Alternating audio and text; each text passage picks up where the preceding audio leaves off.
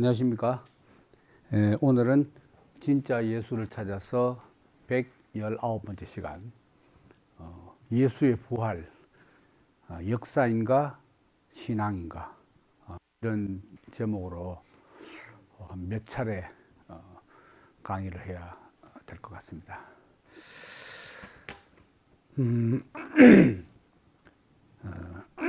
잘 아시다시피 이제 기독교, 왜 기독교냐? 기독교가 어떤 종교냐? 단적으로 말하면 예수가 그리스도다.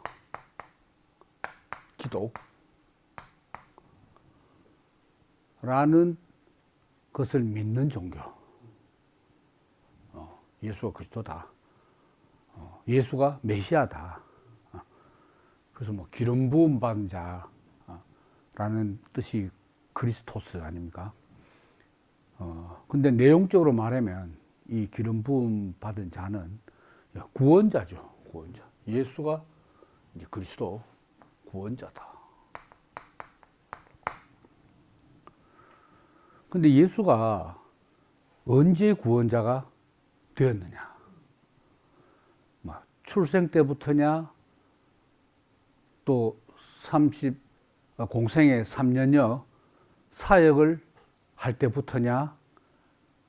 아니면 죽고 부활한 뒤부터냐? 이런 것이 이제 지금까지도 논란이 되고 있는 겁니다. 그럼 지난 시간까지 그 메시아 비밀, 그 브레드의 메시아 비밀을 중심으로 이야기할 때 그 브레드의 이 주장은 뭐였습니까? 예수가 이제 공생애에서 십자가의 죽음, 부활,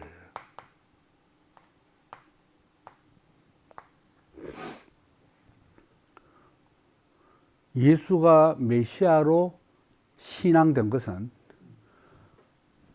공생애, 다시 말하면 역사적 예수, 나사렛 예수 시기에는 진정한 메시아가 아니었고, 브레드의 주장에 따르면 메시아 의식도 자기가 가지지 않았다. 예수가 스스로 자기가 메시아라고 생각이 안 했다. 그게 브레드의 주장이잖아요. 근데 어쨌든 제자들은 뭐 제대로 알았든 몰랐든 복음서에 보면 주는 그리스도십니다. 그리스도시고 살아계신 하나님의 아들입니다. 이런 고백을, 그것도 역사적으로 사실 했는지 안 했는지도 물론 논란이 있지만은 했다고 칠 때 제자들은 이 예수가 메시아라고 생각했다 이거죠. 메시아. 근데 이 메시아는 어떤 메시아냐? 바로 유대교가 제2성전기의 유대교가 대망하던 메시아다. 이 메시아는 결국 다윗 왕국을 재건할 메시아다. 이렇게 생각했다 이거죠. 그러면 이제 설사 예수 자신이 메시아의 자의식, 내가 메시아라는 자기 이해를 가지고 있다 하더라도 예수는 그러면 자기가 메시아 자의식을, 또 어떤 메시아 자의식을 가졌냐 하면 바로 이 다윗 왕국의 재건을 가져오는 사명을 내가 하나님부터 부여받았다는 메시아가 아닌가, 이런 거죠. 그래서 예수 자신이 메시아 자의식을 가졌든 안 가졌든 간에 어쨌든 제자들은 이분을 따라가면 뭔가 이제 새로운 세상이 도래하지 않겠나 하는 기대 속에서 갔잖아요. 또 기대할 만큼 기사와 이적을 베풀었다 이거지. 그리고 놀라운 가르침을 했잖아요. 도덕적인 그 유대교의 어떤 율법적 가르침을 넘어서는 능가하는 가르침을 베풀었잖아요. 근데 너무나 갑작스럽게 이 십자가에 처형됐다는 거죠. 억울하게. 근데 겟세마네 동산에서 붙잡혀가지고 이제 사내들인 재판정에 유대 종교 법정에 재판 넘겨지고 빌라도에게 인계되고 그리고 골고다에서 십자가 처형되기까지 24시간이 안 걸렸다는 겁니다. 며칠 걸린 것도 아니고 24시간도 안 걸렸다는 거죠. 계산해보면 대충 그건 나와요. 보험서대로 나온다면. 너무나 급작스럽게, 그러니까 만 하루가 안 되게 선생이 갑자기 사라졌다. 여기에서 이 십자가의 처형의 충격,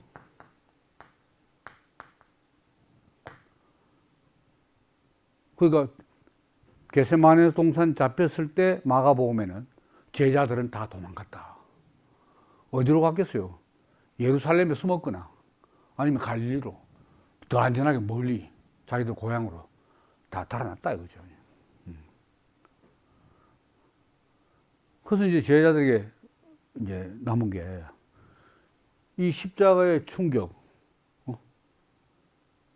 이것을 어떻게 극복하느냐 하는 과제가 남았다는 거죠.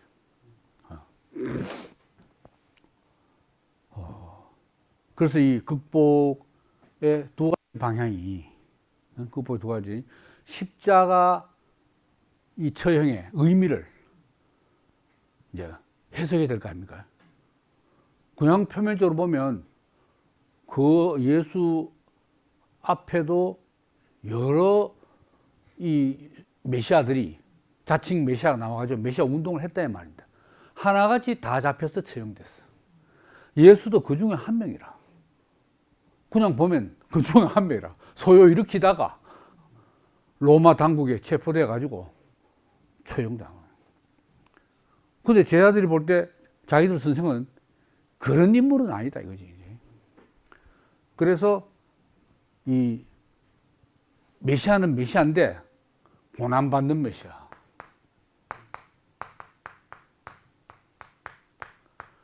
고난받는 메시아, 여기에서 유대교를 내용적으로 벗어나게 되는 거지. 유대교의 메시아 사상은 영광스러운 승리의 메시아지. 뭐 잡히고 억울하게 고난받고 어처구니없이 처형당하는 그런 메시아는 아닌 거라. 근데 이 성경 근거를 어디서 가져와야 되냐? 바로 이사야서 53장. 그가 채찍을 맞음으로 우리가 나았고, 그가 질고를 찜으로 우리가 평안을 얻게 되고, 이게 대속신앙. 또 뭐 대신 고통을 받고, 이제 부모가 대신 고통을 당하고 자녀들이 평안을 얻는 그 대속 53장. 그리고 시편 22편. 22편 1절이 뭡니까? 하나님 어찌하여 나를 버리시는가? 그 예수가 십자가에서 소리 질렀다는 그 내용이, 그 문구가 여기 나옵니다. 그 모르죠. 여인들은, 예수의 그 추종자 여인들은 멀리서 지켜보고 있었고, 남자 제자들은 다 도망갔는데, 그 예수가 그 십자가에서 그 고통 속에서 소리를 지르면 얼마나 크게 지르겠어요. 그대로 그렇게 지르는지 몰라, 사실은. 근데 마가가 그때 분명히 이렇게 외치지 않겠나. 그래서 이걸 가져요. 그건 요즘 해석입니다. 십자가 해석이라. 그리고 부활. 고난받는 메시아로 고난받는 메시아가 어떻게 메시아가 될 수 있냐? 요거는 부활 때 못해. 부활. 부활. 근데 문제는 이 부활이 역사인가 신앙인가? 문자적으로 성경을 그대로 보면 역사적 사건이지. 안 그래요? 역사 사건이에요. 거기 이제 부활이 이제 말하자면은 여기 이제 역사인가 가능성이 역사적 실제 사건인가?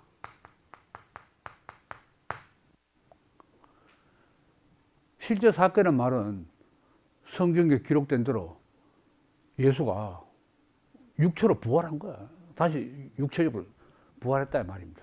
좀 변형된 육체지. 살았다면. 또 헷갈리는 게 어떤 대목에서는 십자가 손에 못 박힌 거, 옆구리 창 찔린 것까지 그리고 뭐 변형된 것도 아니야. 근데 또 다른 대목에서는 다른 뭡니까 복음서 중에서 다른 곳에서는 문 다 닫혀 있는데 쑥 돌아가지고 가다가 또 사라져 보고 또 엠마오 가는 길에서 두 제자 만나고 하다가 떡 떼면서 제자를 알아보니까 금방 뿅 사라져 버리고 뭐 이런 황당한 그런 묘사 아닙니까? 그런 모습까지 이게 역사적 실제적 사건인가? 아니면 부활했다는 신앙을 가진 건가? 신앙. 부활 신앙.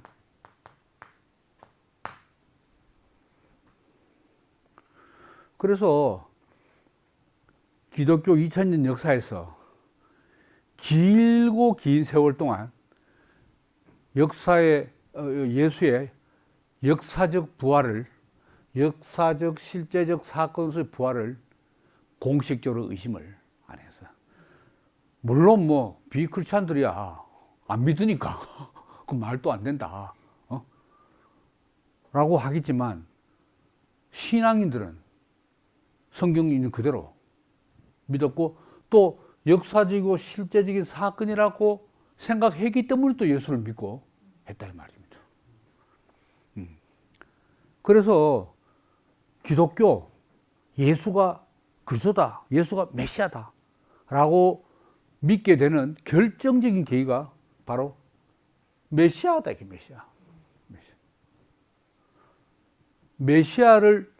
메시아로 탁 말하게 된 게 바로 부활 때문이에요. 부활로 인해서. 고난만 받으면 메시아가 아니야. 그거 안 되지. 고난 받고 죽었는데, 고난 받으면 이제 죽음 아닙니까? 죽음이야. 근데 부활했다. 그러면 그 앞에 이 사이비 메시아들, 메시아 운동을 일으키는 여러 사이비 메시아들이 다 처형돼서, 근데 그 사이비들은 부활한 놈이 한 놈도 없는 거야. 그렇게 메시아가 안 되는 거라. 근데 예수는 어째 메시아가 됐노? 부활했기 때문에. 부활했기 때문에. 그래서 바울이 고린도전서 15장, 뭐 17장, 19장에서 이야기하잖아요. 그리스도께서 살아나지 않으셨다면 여러분의 믿음은 헛된 것입니다. 믿음이 뭡니까? 예수가 메시아라고 그리스도라고 믿는 믿음이 예수가 부활하였으면은 헛거다. 반대로 말하면 부활했기 때문에 그 믿음이 가치 있고 진리다 그거 아닙니까? 여러분은 아직도 믿으면 헛된 것이 되고 여러분은 아직도 여러분의 죄 가운데 있을 것입니다. 그리고 우리는 모든 사람 가운데서 가장 불쌍한 사람일 것입니다. 불쌍하지. 메시아도 아닌데 메시아 잘못 믿으면 그만큼 사기당하는 게 어디 있습니까? 그러니까 바울도 확실한 부활신앙을 가지고 있어요. 부활신앙. 예수의 추종자들 그리고 나중에 가세한 바울이 부활신앙을 가졌다 하는 것은 분명한 역사적 사실입니다. 그래서 기독교가 나왔지. 근데 부활 신앙은 역사적 사실인데 이 부활 자체 이게 과연 역사적 사실일까 하는 의심을 사람의 인지 기능이 점점 발달하면서 합리주의, 계몽주의, 그죠? 이 사조와 함께 이 기독교에서는 역사 비평하는 게 이제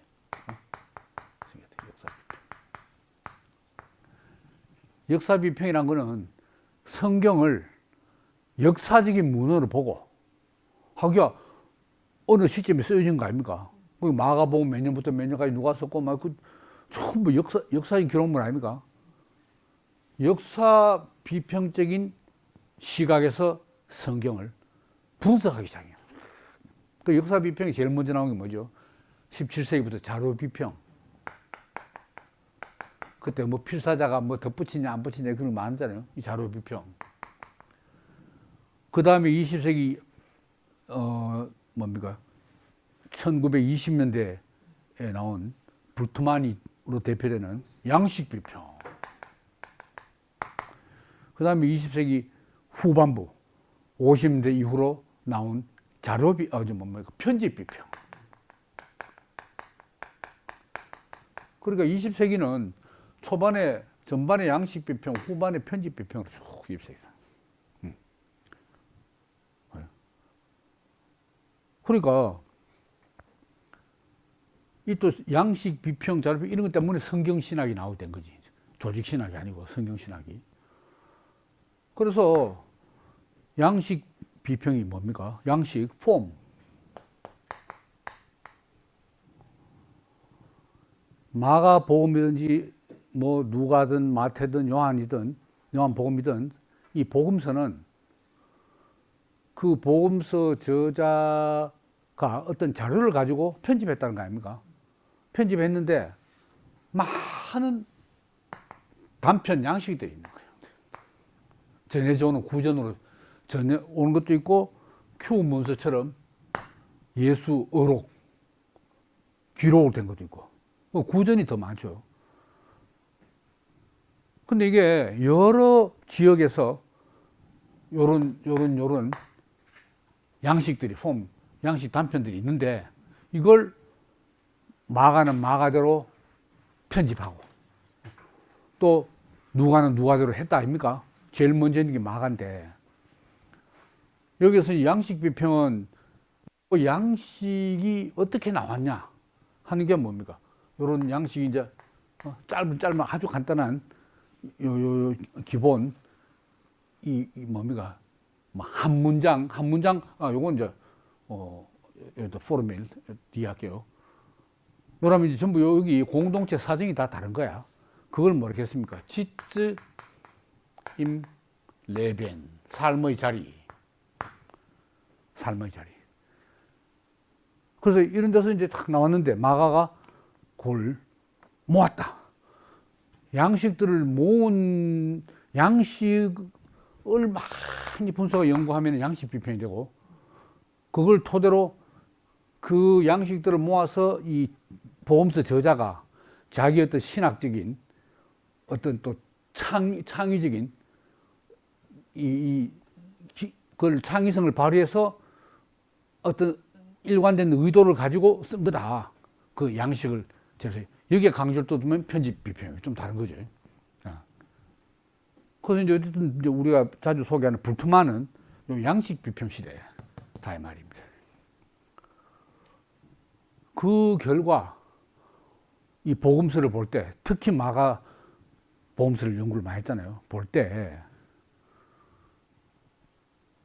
마가복음 하나님의 아들 예수 그리스도 복음의 시작이다 해서 쭉 해서 예수 죽는 데까지 나오잖아요. 근데 그게 실제로 역사적 예수의 전기가 아니다. 이거 여러 번 이야기했죠. 역사적 예수의 전기가 아닌 거야 이게. 전기가 아니야. 이미 이때 요 양식들을 다 모아 했다입니까? 지가 전부 창작한 건 아니고 요 양식마다 예수가 부활했다는 예수 부활 신앙이 물들어 있지 않는 양식이 한 개도 없는 거예요. 전부 그 시각에서 돼. 이미 이제 이 보험서 이 양식 뭡니까 기독교가 막 전파되고 아니 책 나오기 전에 단편 막 자기들이 할 때 벌써 전부 예수 부활 신앙을 가지고 이런 말들을 했는 거예요. 그 다음에 양식 말고 이제 공식 문구 하는 좀 더 긴 거 한 문장 그게 포르멜이에요. 포메 여기 양식은 아주 막 단어 아주 짧은 건데 이건 한 문장. 예를 들면 하나님께서 예수를 죽은 자 가운데서 살려내셨다. 한 문장. 이런 거는 이제 포르멜, 공식 문구라고 합니다. 공식 문구. 근데 이제 이 폼과 양식과 이 공식 문구는 벌써 바울이 회심해서 크리스찬 돼가지고 복음을 전하기 전에 먼저 초기 기독교 교회 공동체 안에서 이런 건 이미 거의 다 핵심적인 건 다 있었다. 바울이 뭐 처음 대속을 이야기하고 뭐 이런 게 아니고 바울 이전에 벌써 있었다. 이런 연구가 다 되잖아요. 그러니까 부활 신앙을 가지고 뭐 예수의 마가복음에 안 나오신다마는 예수의 탄생부터 세례받고 사역하고 죽고 부활한 것까지 이게 아니거든. 부활 신앙을 가지고 쓰는 거예요. 근데 이제 문제는 그 부활 신앙을 어떻게 가졌냐. 이게 문제인 거야. 부활 신앙을. 그런데 이제 안타깝게도 부활 신앙이 어떻게 생겼는가가 잘 안 나와 있는 거라. 성경대로 한다면은 실제로 이 사건이 가지고 나타났어. 그게 보니까 신앙 가진 거지. 그래도 되잖아요. 옛날엔 다 그렇게 생각했어. 실제 살아났으니까 보고 신앙했지. 이랬는데 그게 아니다. 그래 쓴 것마저도 먼저 신앙을 가지고 쓴 거지. 신앙 있기 전에 딱 없었는데 딱 보고 한 게 아니고 벌써 이 부활 이야기 나오는 것도 성경에서 부활 신앙을 가지고 했는데 과연 성경의 복음서에 적힌 그대로 예수가 부활했냐? 이 문제 아닙니까? 역사적 실제적 사건이니 말이에요. 옛날에는 당연하게 그 사건이 생겼지만 이게 점점 18세기, 19세기 이렇게 오면서 도저히 역사 실제 사건으로 인정을 못하는 거지. 그러니까 이제 궁금한 거는 어째서 진짜 뭐 역사적 사건처럼 썼고 부활 신앙을 부활 신앙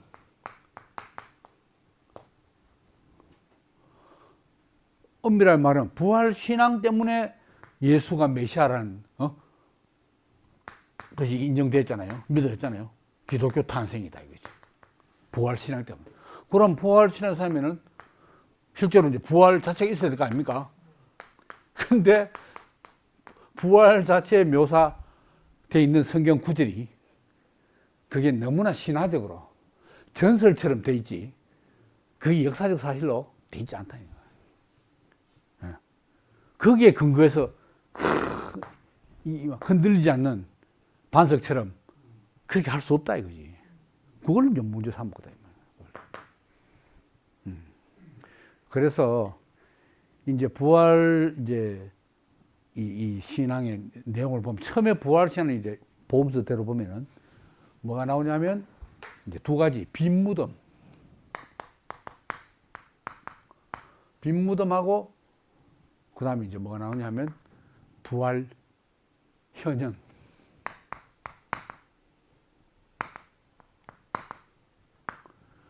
마가복음을 예를 들면 그러니까 이제 빈 무덤에서 흰 옷 입은 청년 천사가 이야기하잖아요. 예수는 여기 있지 않고 갈릴리로 갔다. 거기서 제자들을 만날 거다 했다 이거지. 그 왜 빈 무덤이냐? 시체 없고 그 시체가 부활했으니까. 부활했네. 요 두 가지 내용이다 그죠. 근데 이제 소위 말해 자유주의 신학이 아직 본격적인 자유주의 신학은 아니지만 자유신학으로 가는 첫 번째 타자가 누구였습니까? 라이마루스.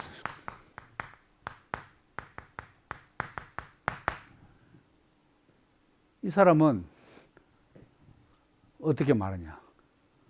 그 사기다. 사기 가설. 라이마루스. 이 빈 무덤하고 부활했는데 제일 먼저 손댄 거는 이제 부활해 놔도 이제 빈 무덤을 제일 먼저 이제 다루기 시작해요. 빈 무덤은 성경에 빈 무덤이. 그래서 라이마루스가 자꾸 저도 연도를 정확히 뭐 다 배우기 힘들어하는데 1994년 1768년. 그럼 이 사람 19세기고 18세기 사람이에요. 아직 자유주의 신학이 본격적으로 태동하기 전에 그것은 이제 길을 예비한 사람들이지.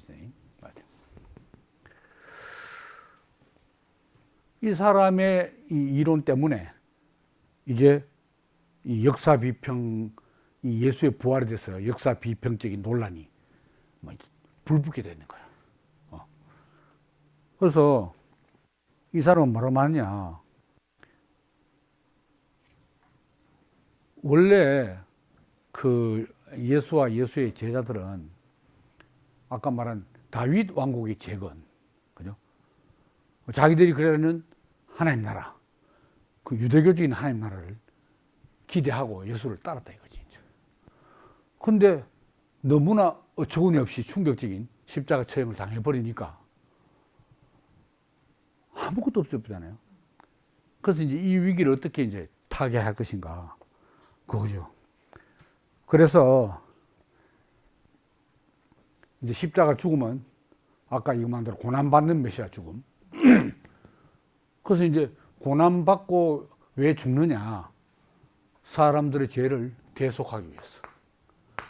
대속적 죽음으로 십자가의 죽음을 해석하고, 그 다음에 예수는 죽었는데 하나님이 다시 살리셨다 하는 부활을 내세웠다 이거예요. 근데 죽음은 대속적 죽음인지 아닌지 어떤 현실로 확인되는 건 아니잖아요. 그렇게 해석을 하는 거지. 근데 말이 되지? 응? 얼마나 은혜로운 일입니까? 내 죄를 예수가 대신 가져가고 죽었는데 난 죄사함을 받는데 보통 십자가의 의미가 아니잖아요. 근데 이제 부활을 이야기하려고 하면은 어떻게 해야 되냐? 여기서 이제 사기를 친다는 거지. 어떻게 사기 치냐? 일단 예수 시체가 없어야 돼. 그래서 예수의 매장된 무덤에서 시체를 훔쳐가 버린 거예요. 제자들이 훔쳤다. 그리고 부활했다고 사기쳤다. 이겁니다. 대속적 죽음은 꼭 사기까지는 아니지만은 이 부활을 내세운 게 결국 자기 제자들의 사기다. 과감하죠. 여기 17세기 말에서 18세기만 해도 이 서양의 이 독일의 기독교가 루터교가 완전히 전체가 다 루터교인데 그런 분위기 속에서 이 사람이 살아있을 때 발표한 게 아니라 죽고 나서 그 지인인 레싱이 이 사람의 유작을 발표했는 거예요. 아마 살았을 때 유작이 맞아 죽을까봐 그런지 몰라요. 시절 훔쳤다. 근데 그 이야기가 마태복음 28장 11절에서 15절. 여기는 무슨 이야기 나오냐? 이제 여인들이 찾아가니까 빈 무덤이 됐어. 그리고 여기는 또 마가보다 더 윤색을 해가지고 막 밝게 흰 옷 입은 광채를 내뿜는 천사가 딱 나타난 거야. 그러니까 이 지키던 로마 파수병들이 막 기겁을 해붓는 거라. 그래서 무덤 지키라고 해가 있다가 시체는 없어졌지 해서 대제사장한테 와서 그걸 보고를 했는 거라. 우리는 분명히 지킨데 그런 흰 옷 입은 광채난 천사가 와가지고 막 그 뭡니까 막은 그 묻은 돌 그거 굴려내고 예수가 없었다 이렇게 말해요. 그게 대제사장이 예수가 부활했다는 이 진실의 소문을 막기 위해서 군병들에게 로마 군병들에게 돈을 준 거라. 제자들이 훔쳐갔다고 해라. 그 이야기입니다. 그럼 나중에 빌라도 들으면 너 근무 뭐해서 문책할 거 아닙니까? 그 걱정 마라. 우리가 다 손 써서 막을게. 빌라도한테 잘 이야기. 이런 이야기까지 적혀 있다니까 이게. 그 이게 이런 게 실제로 훔쳐갔는데 안 훔쳐간 처럼 써놨다 이거지. 이게. 그게 전부 이 사기다 이 말입니다. 사기. 야, 그래서 이제 빈 무덤이 바로 이 부활, 예수 부활의 근거가 된다 이거지. 바로 무덤, 부활했으니까 무덤이 비었지. 이랬다 이 말입니다. 그게 이제 1번이고, 두 번째가 이제 뭐냐면은, 여기 이제 요 지금 시리즈는 빈 무덤에 대한 합리적 해석. 합리적 해석이 뭐냐면은, 이제 이 사람들은 역사적 사건을 안 믿는 거지. 근데 왜 역사적 사건처럼 성경에 써놨냐? 그건 못 믿고 합리적으로 해석하겠다. 훔쳐갔으니까 빈 무덤이지. 부활했으니까 빈 무덤이 아니고 이 말입니다. 그게. 합리적 해석. 부활해가지고 부활하니까 아예 비합리적 아닙니까? 사실 이해가 안 되잖아요. 죽은 사람이 뭐 아무리 하나님 그래도 어떻게 부활해요? 그게 합리적 해석. 그래서 빈 무덤의 역사적인 실제성 인정하는 거지. 그래, 빈 무덤. 이렇게 이제 생각하는 거지. 그 다음 두 번째가 누구냐면 파울루스. 와, 이러면은 중요한 걸 못하게 된대, 시간이. 파울루스의, 영도 생략하고, 요 바로 다음 사람인데, 가사가설.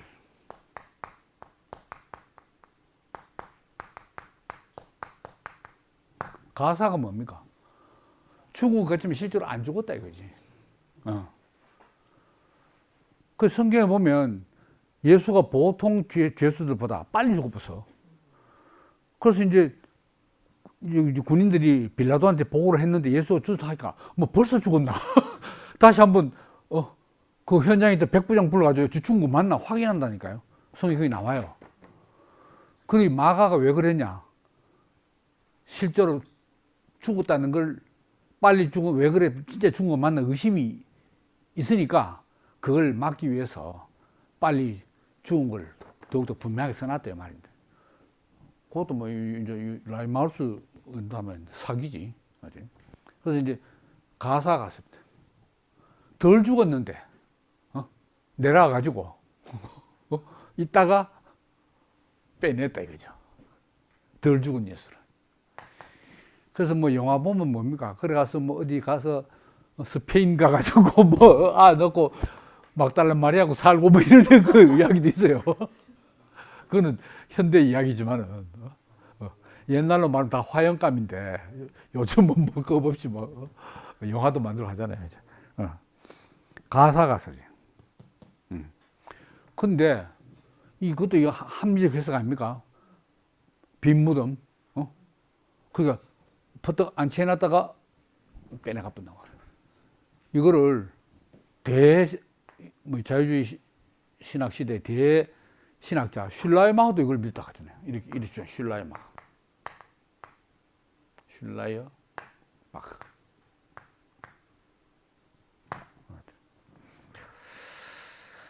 그 다음에 세 번째가 이제 뭐냐? 빈 무덤의 합리적 해석. 재매장 가설.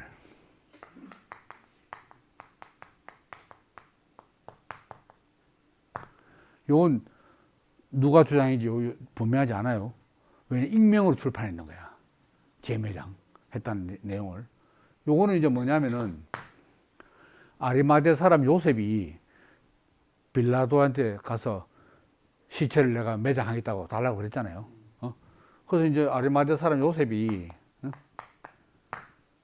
그 골고다 언덕 부근의 무덤에 임시 갖다 죽어나고 죽긴 죽었어. 매장했어. 그러다가 안식일 후에 제자들 모르는 곳에 딴 데로 무덤을 옮겨 뻗는 거야. 재매장했는 거야. 그리고 그 무덤은 빈 무덤이 되고 부활했다. 이렇게 나온 거 아니냐 하는 이 빈 무덤에 대한 합리적 해석. 이게 다 뭡니까? 예수의 부활을 육체적 부활로 인정 못한다. 그게 뭐 변형된 육체든 뭐 원래 살았을 육체든 그건 인정 못하고 역사적인 실제적인 사건이 아니다. 부활 역사인가? 역사 사건이 아니다 이거지. 이렇게 말. 별로 뭐 은혜는 안 되지만 그 재미는 있네요. 그 다음에 이제 본격적으로 이제 자유주의 신학이 이제 되면서 어떻게 되느냐.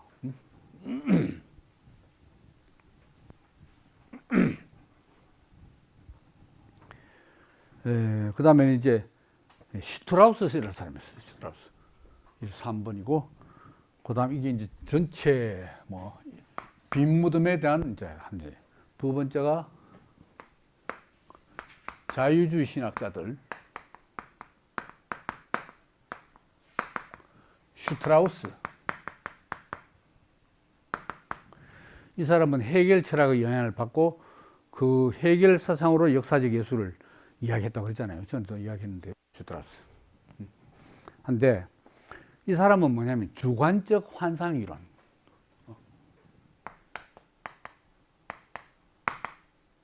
환상 이론. 주관적 환상 이론이 뭘까요? 주관적, 그러니까 개인이 자기 주관적으로 예수의 부활을 환상으로 봤다는 거지. 실제 부활한 게 아니고 자기 마음에서, 내면에서 환상으로 본 거야. 객관적으로 부활한 게 아니고, 주관적. 그래서 이제 세 가지는 이제 세 분을 나누면은 현현, 복음서에 보면 현현 이 단편 전승들이 있잖아요. 어떻게 현현했는가, 나타났는가. 예수 부활 신앙의 역사적 원천은 갈릴리에 있던 제자들의 환상이다. 가서 갈릴리로 가라. 갈릴리로 내가 간다 해라. 거기서 만나겠다. 제자들의 환상.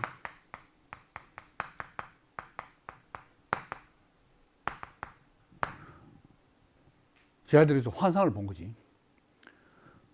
그래서 이 빈 무덤은 이제 슈트라우스는 빈 무덤을 어떻게 생각하냐. 빈 무덤은 이 환상, 현현 전승, 환상, 주관적 환상 때문에 부차적으로 나온 2차 전승,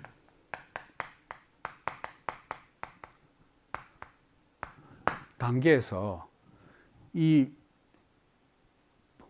부활 현현을 뒷받침하기 위해서 지어낸 이야기다. 그래, 갈릴리에서 만나러 가면 저 무덤 비어 있어야 되잖아요. 그러니까 거기는 빈 무덤 이야기를 처음에는 이야기 안 나오다가 시간적 순서로 보면 여가 이제 논리적으로 먼저 나와가지고 해야 되겠죠. 그렇지만 처음 부활 신앙이 생긴 거는 현현했다. 자기들이. 그 무덤 어디에는? 그 당연히 비어 있지. 그래서 이제 빈 무덤은 역사적 실제를 빈 무덤 자체가 지어낸 이야기다. 이제. 그건 아니고. 현현은 어떻게 했냐? 역사적 사실로 현현한 게 아니고 환상이다, 환상.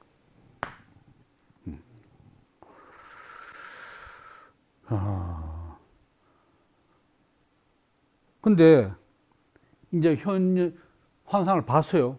그러니까 이제 현현을 어떻게 현현했나 막 보도를 해야 될 거 아닙니까? 봤으니까요. 만난 이야기를 막 해야 되는 거라. 근데 여기서는 신화적 사유에 너무 물들어 있다. 너무 신화적이다. 그 현현 보도가. 그래서 뭐 아까도 말씀드렸지만은 닫혀 있는 문에 저항 없이 들었다가 막 갑자기 사라지고 막. 얼마나 황당한 신화적 이야기네. 신화적. 그래서 그리고 또 뭐 그뿐입니까? 제자들하고 말도 하고 식사도 같이 하고 있잖아요.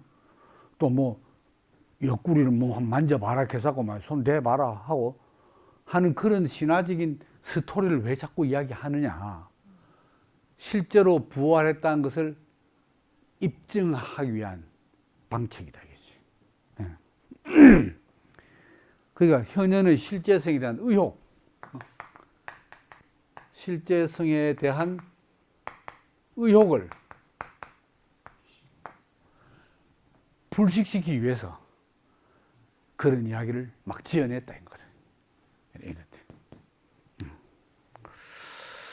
그죠?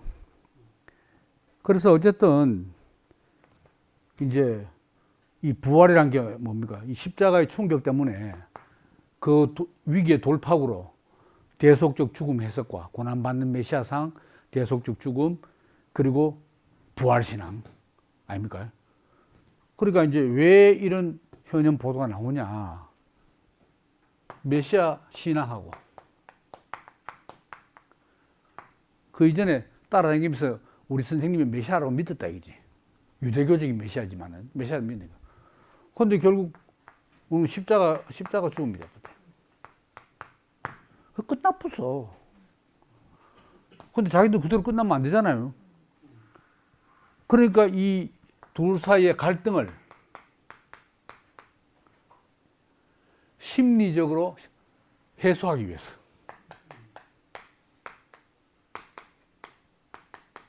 해소하기 위해서.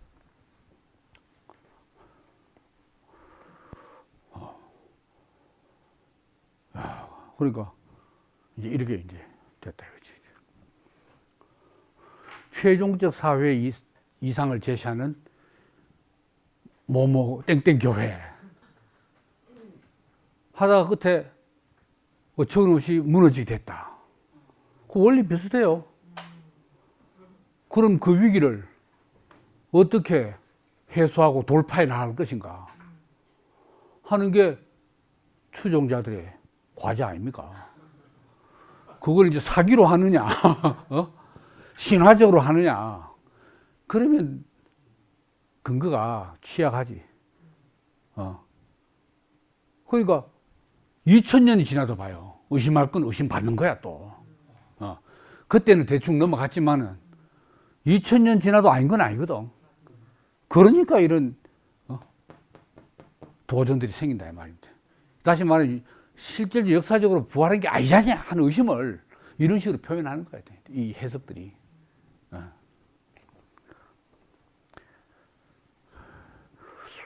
그 요번에 이제 부활이라는 책들을 보다가 그 보니까 그 뭐 사랑의 교회입니까? 서울에 옥하는 목사님의 그 대형 교회 그 장남이 뭐 좀 신학교 간 건 아니고 미국 유학을 갔다가 오고 한데 이 장남이 기독교 관련 베스트셀러 저자를 하네.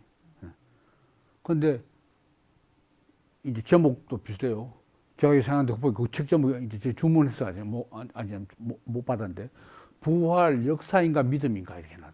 내가 이 제목을 생각했는데 어디 있더라고. 근데 그걸 이제 미리 요약해놓은 요약 서적을 보니까 완전히 부활을 의심하고 완전히 반대하는 책을 쓰고 그것뿐만 아니고 갑각류 기독교 하면서 제목 해가지고 미리 보게 하니까 목차부터 완전히 기독교 신앙을 막 글자들 막 개박살 내는 이야기.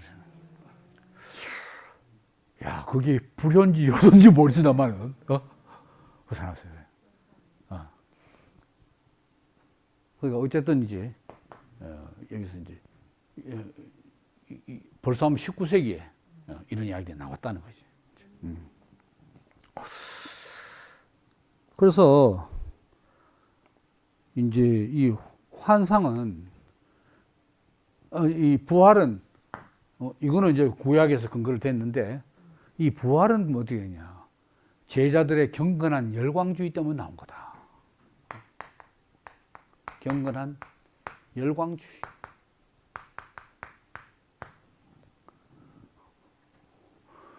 아까 말한 그 아들의 이름이 우리 어디 전라도 호수 이름인가 옥정호 강이 있어요. 그 옥정호가 아니고 옥성호야. 옥성호. 아주 궁금해요. 저 한번 읽어보려고 이제. 경건한 열광주에서 이 부활 신앙이 나왔다.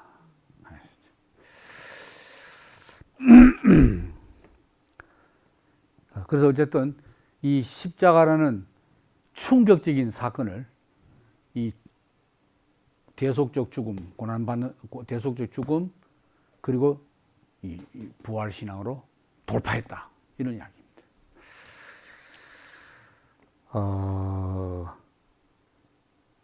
이런 이야기고, 그 다음에 이제 우리가 또 몇 번 받는 그 다음에 이 사람이 자이저 시트라우스 1번, 시트라우스 1번. 그 다음에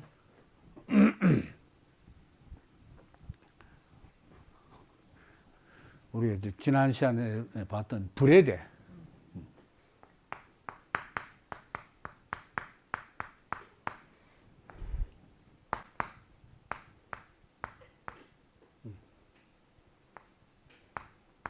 브레데입니다.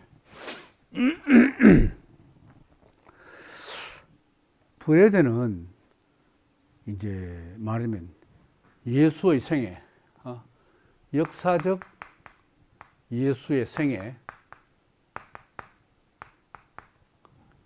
하고 예수의 메시아됨, 메시아 성 완전히 분리해 봤습니다.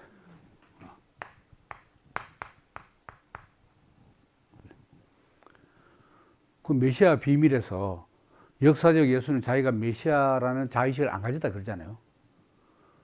그러니까 십자가에서 죽고 부활하기 전에는 예수는 쉽게 말하면은 그냥 메시아 운동가, 훌륭한 메시아, 종말론적 예언가, 메시아 운동가다 이 말입니다. 차원은 좀 높지만,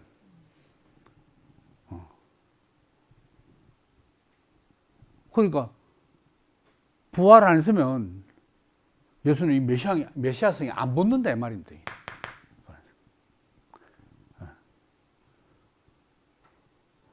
그죠? 자, 그러면 이제 부활해서 메시아성을 갖게 되었다. 메시아도 되고 다른 말로 하면 하나님 아들, 하나님 아들.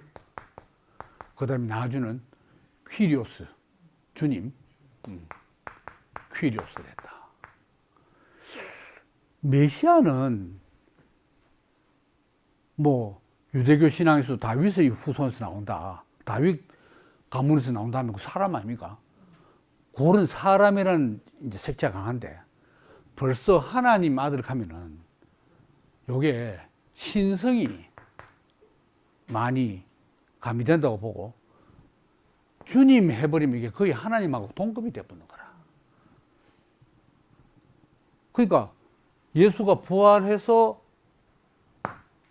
메시아로 인정되셨다 할 때는 벌써 이게 레벨이 보통 사람하고 달라져. 그러니까 확실하게 신앙을 하게 된다 말입니다.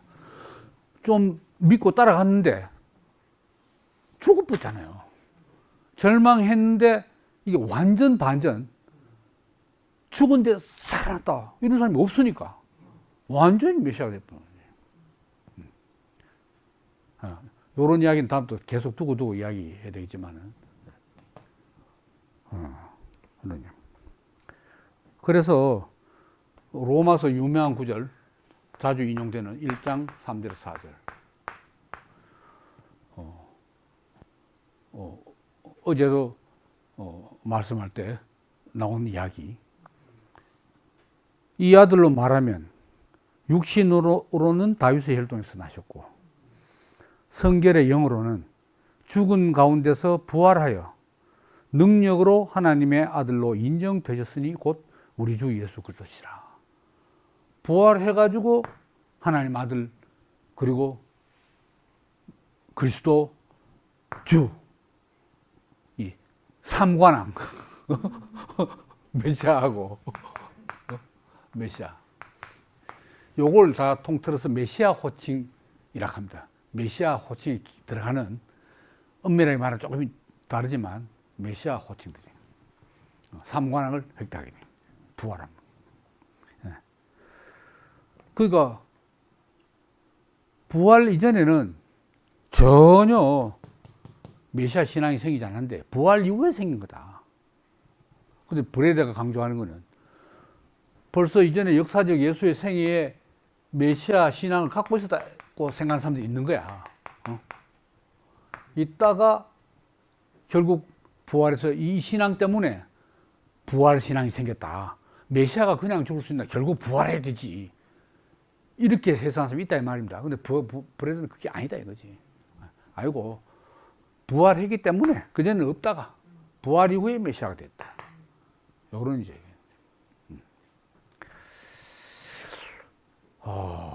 그러니까 문제는 이 죽음과 부활의 의미를 어떻게 이해하느냐, 이거 아닙니까? 자, 예수가 억울하게 죽었지만 얼마나 뭐 고난도 있었지만 전대미문의 사역을 한 거 아닙니까? 그 메시아 신앙을 좀 가질만 하지. 저는 그리스도십니다 이 말이지. 근데 그냥 그렇게 뭐 죽을 수 있냐, 허무하게 죽을 수 있냐. 그 메시아이기 때문에 결국은 또 부활했다, 이렇게 하는 거. 요거는 요 죽음이 얼마나 이 단절의 의미를, 끝냄의 의미를 가지고 있는가를 깊이 인식 못하는 사람인 거죠. 그러면 이제 같이 요소도 이제 메시아, 요 메시아 쪽 해왔어. 요도 메시아 해. 그러면 어찌 됩니까? 나는 처음부터 메시아를 알고 있었다, 이래 되는 거야. 뭐 이제 가나 나는 벌써부터 메시아인 줄, 내가 메시아라고 알고 있었고 따라왔고, 또 지금 더 분명한 메시아 됐다, 그래 된다 이 말입니다. 근데 이 브레드의 이 주장에 의하면은 예수는 이제 메시아가 아니더라. 설사 제자들이 여기서 메시아 했다가 다시 메시아 해도 이 메시아의 내용은 완전히 틀릴 뻔한 거지. 완전히 틀릴 뻔. 요 따라갈 때는 예수가 이렇게 죽는다는 생각이 없었어요. 그렇게 고난받고 비참하게 허무하게 그렇게 말아 드실 줄 몰랐다니까. 그죠? 그게 다 끝나버린 거야, 이게. 그 메시아 한 것도, 그 메시아가 아니었구나. 다시 말하면 진짜 구원자가 아니었구나. 여기 이제 구원자들. 진짜 구원은 어디서 오냐? 예수의 죽음과 부활로 인해서 온다. 요게 분명하다. 그 다음에 이제 오늘의 좀 이 하이라이트라고 말할 수 있는 이 불트만이 이제 나오게 됩니다.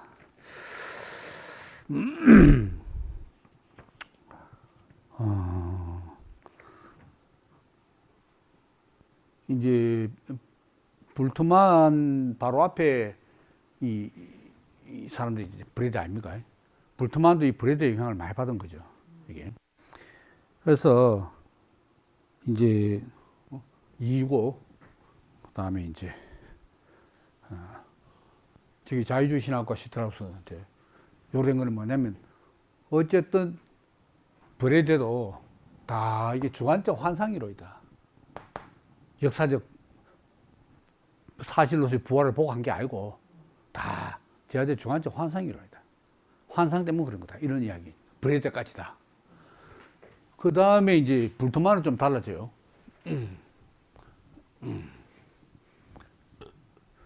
불트만은 이제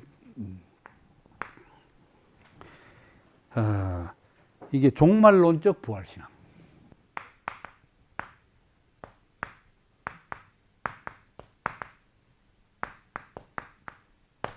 종말론적 부활신앙. 그래서 이 불트만은 이 부활 신앙에 대한 설명, 신앙에 대한 설명을 포기.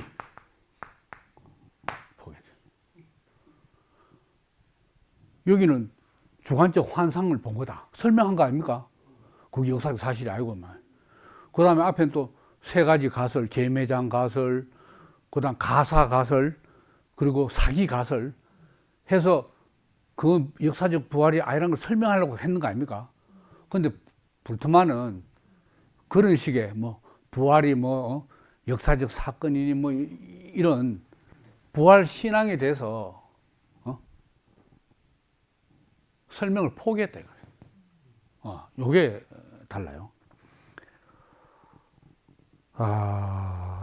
그래서 이제 불트만은 부활 신앙이 자세하게 어떻게 나왔고 그걸 알 수가 없다.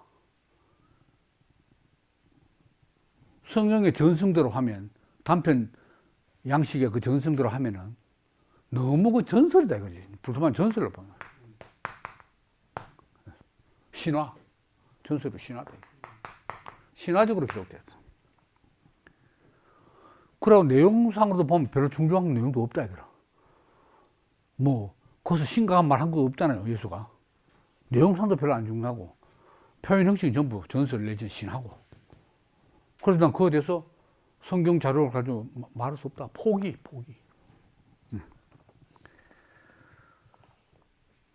그런데 어떻게 이 어떤 설명을 하기 어렵지만 이 부활 신앙이 기독교의 토대가 됐느냐 이거잖아요.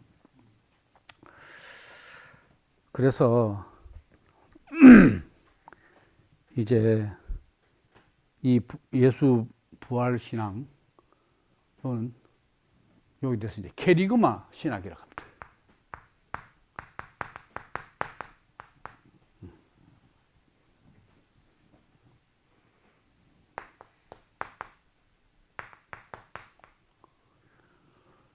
그러니까 이제 예수의 부활을 어떻게 제자들이 신앙하게 되나 그건 설명을 못해.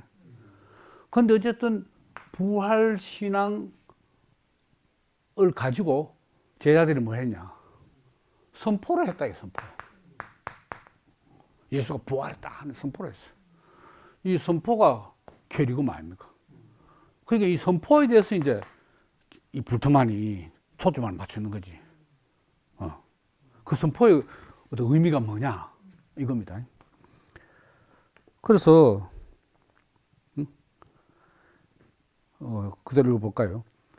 예수와 제자들은 뭘 원했냐? 옛 세계를 해체하고 새 세계를 새 세계의 도래를 기대했다. 기대했어. 그래서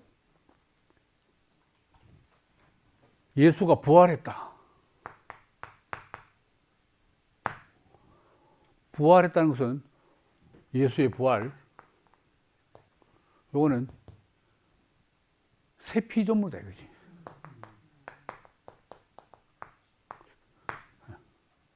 새로운 세계 시작을 알리는 신호탄인 거예요. 예수가 부활했다.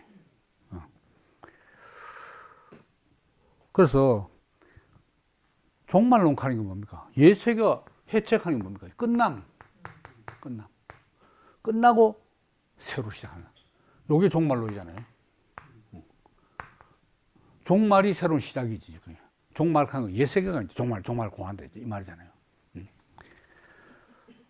그래서 이 예수의 부활은 종말론적 사건이다.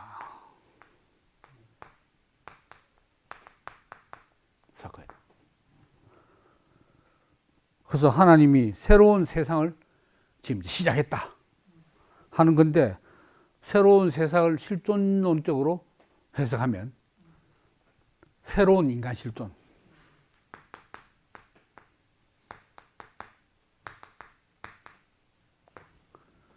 나의 본래의 나로 돌아가는 거.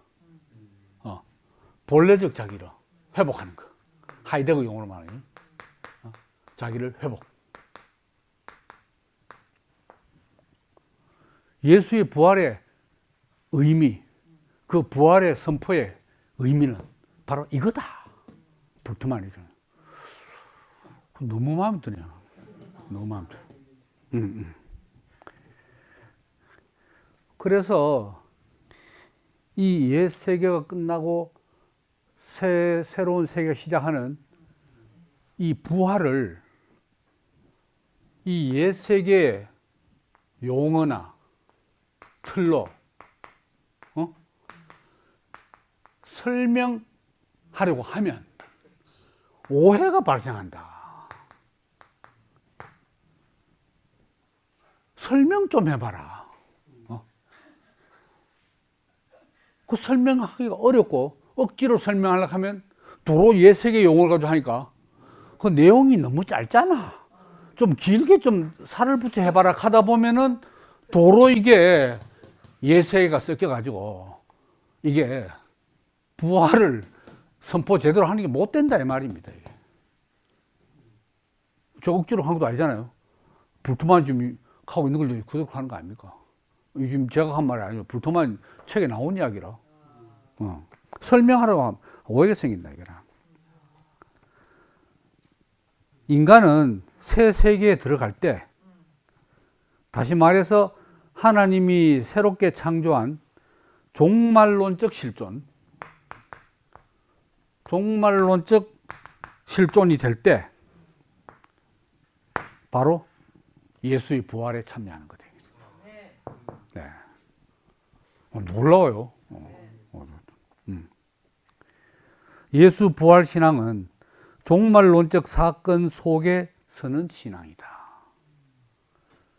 다시 말하면 예수의 부활이 실존적으로 나하고 무슨 관계 있는 이 말 아닙니까? 그러면 성경에 적힌 대로 예수가 뭐 정말 죽었다가 살아나가지고 돌아다니고 자기들하고 뭐 말도 하고 뭐 했다. 그러면 그 예수의 실제적인 부활 장면의 목도가 나하고 무슨 관계냐 이 말이라. 놀랍죠. 와, 죽은 사람이 살아나네. 메시아 맞네. 해서요. 메시아 인정 쉽지. 뭐 바로 메시아 하지. 그렇지만 그 메시아가 그 본 자체가 나의 구원이 되냐 이 말입니다. 놀라운 광경을 목격한 것밖에 안 되잖아요. 근데 내 구원이 돼야 되거든. 예수의 부활에 내가 참여를 해야 되니까. 근데 예수의 부활의 의의가 뭐냐? 바로 종말론지, 종말론지. 종말론지 실존이에요, 종말론지. 그러니까 예수의 부활에 참여한다는 것은 예수의 부활이 내 부활이 돼야 돼. 근데 지금까지, 그때로 지금까지, 이 정통적인 부활 신앙은 그 역사적인 최후 종말이 언제 올 줄 모르네. 그때 죽었다가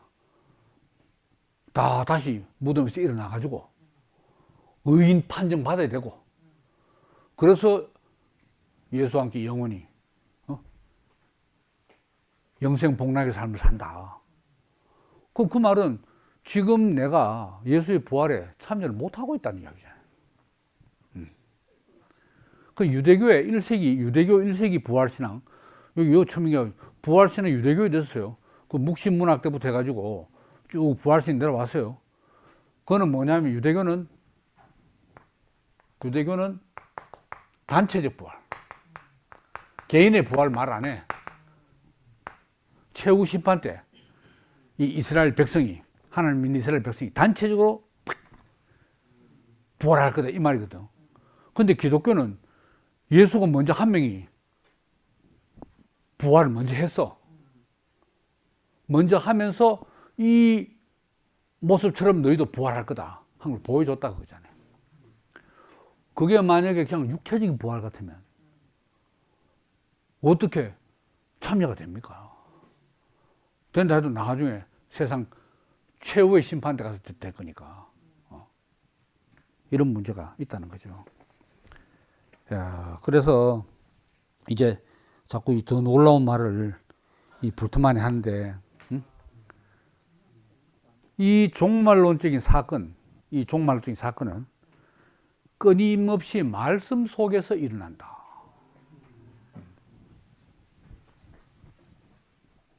말씀 속에서.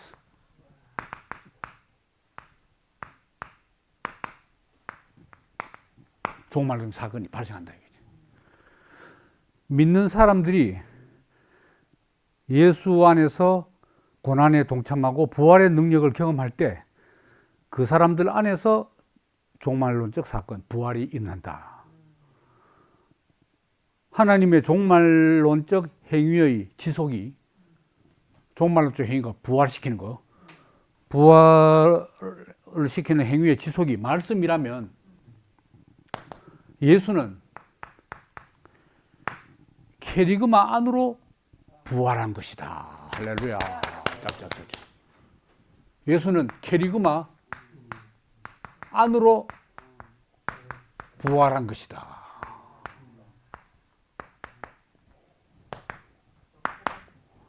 여러분들 이거 모르고 선포했죠. 불트만이 벌써 벌써 한 7, 80년 전에 이야기를 했네. 캐리그마 안으로, 선포 안으로 부활한 거다. 다시 말하면 선포가 없으면 그런 부활에 참여를 못하는 거라. 부활이 발생이 안 돼. 그렇다 말이야. 아, 참 그러네요. 그리고 이제 마지막 부분에서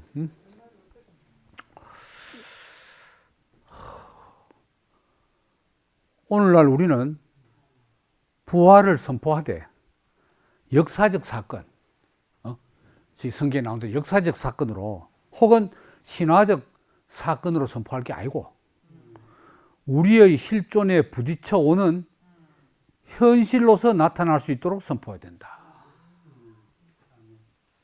내 부활로 선포해야 된다 이 말입니다. 내 부활로. 우리의 실존에 내 개인적인 존재에 부딪혀 오는 현실로서 나타날 수 있도록 선포해야 된다. 그러니까 나에게서 일어난 부활 사건을 나 자신으로 선포해야 된다.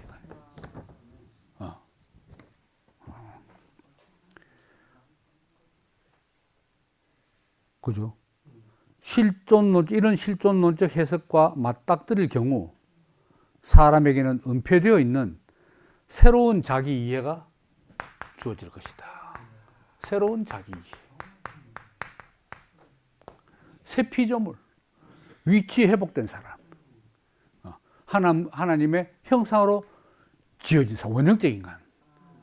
그것 딱 새로운 자기.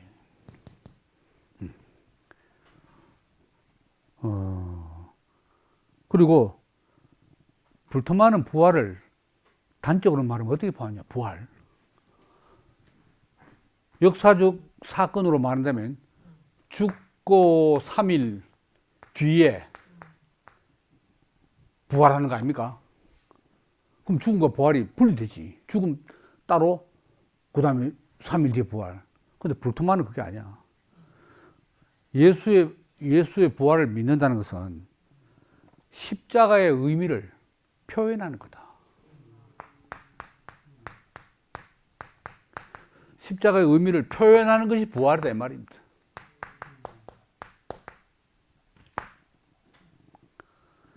십자가가 뭐냐? 이 세상을 심판하고 참된 삶의 가능성을 창출하는 구원의 사건이기 때문에. 십자가 한 게 끝나면 아닙니까? 끝나면 끝만 납니까? 끝나는 자체가 동시에 새로운 삶의 창출이니까 그게 부활이 돼, 그지? 완전 실존론적 해석인 거예요. 그 다음에 이 예수가 부활했다는 것을 믿는다는 예수 부활 신앙은 뭐냐? 선포된 말씀을 믿는 거다. 와, 미치겠네. 선포된 말씀을 믿는 거.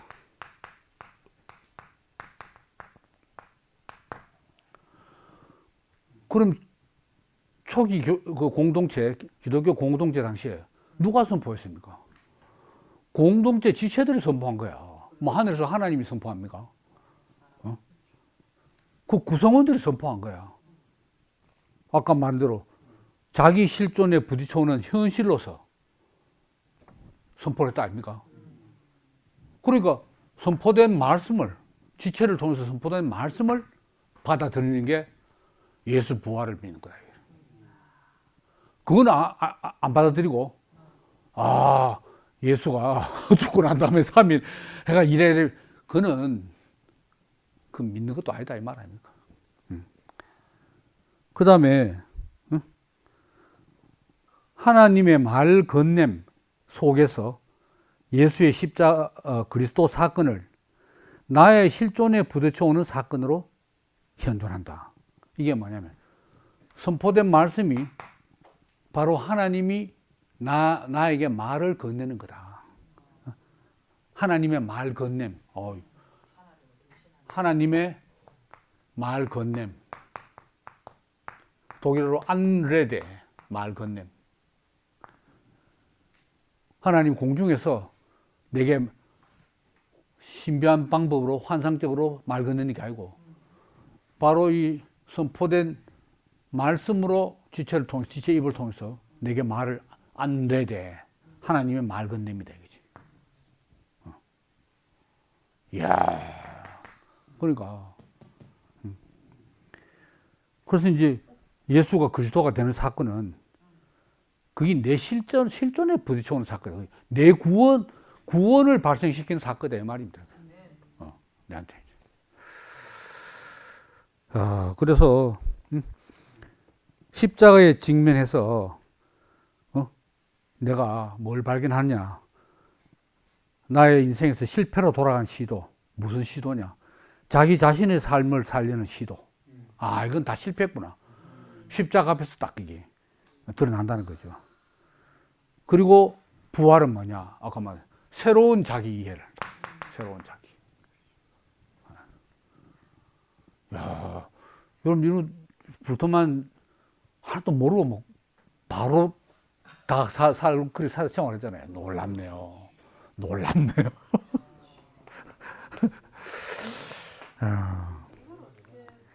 그래서 예수 부활을 믿는 것은 하나님의 말 건냄에 대한 응답이다.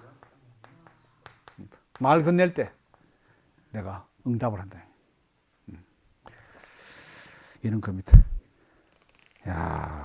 그러니까 이제 제가 여기 뭐 부활에서 역사 뭐 책도 많고요. 지금 이 부활 때부터 새로 또 책 산 게 또 여러 되는데 아직 저도 다 못 읽었고, 요걸 하다 보니까 처음에는 생각 안 했지만 이왕 불트만을 이야기하는 김에 불트만의 죽음과 부활, 거기에 대해서 다음 시간에 조금 더 심화 학습을 한번 해보도록 그렇게 한번 해봅시다. 감사합니다.